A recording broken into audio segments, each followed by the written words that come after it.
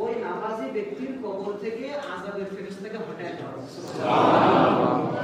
তাহলে আযাবের ফেরেশতাকে শক্তি দিয়ে হটানো যাবে না। কে হটায় দিবে?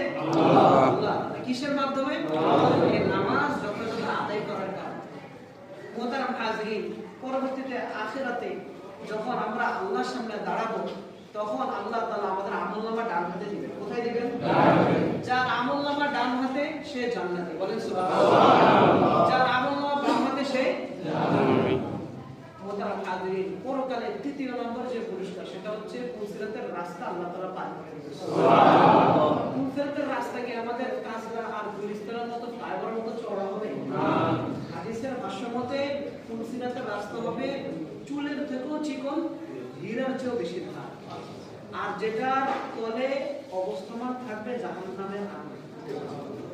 যার যার আমল অনুযায়ী, যার যার